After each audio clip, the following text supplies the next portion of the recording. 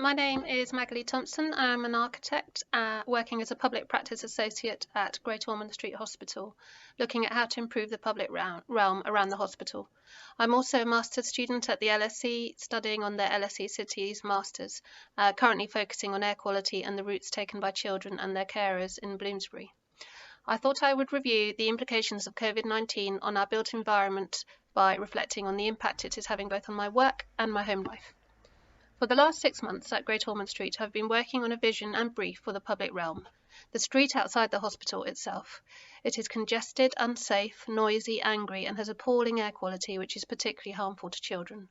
The children visiting the hospital are often unwell and even more susceptible to pollutants.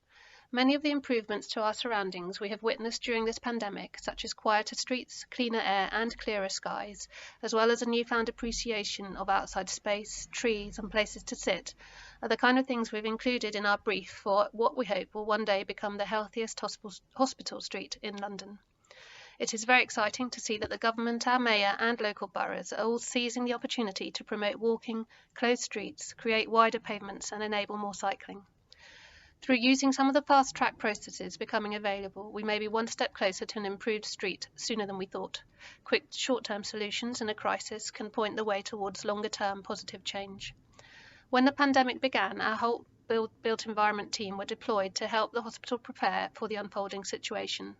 I was asked to look at travel and have worked closely with Camden to create car parking to enable staff to be able to travel to work safely. I also helped hand out many of the donations received to the hospital for the staff. It felt good to be helping in a very small way, and I also relish the opportunity to leave home once in a while and experience a very different, quiet central London. As is the case for many of you, I'm sure my home life and work life have been blended together, and at home I have spent more time in the last few months with my husband and 3 children than I have ever done before. This has not been without its challenges, but it has also led to many positive moments and thoughts with respect to the future. The increased time at home, Thursday evening clapping and kindness have meant we are getting to know our neighbours better and have an increased sense of community.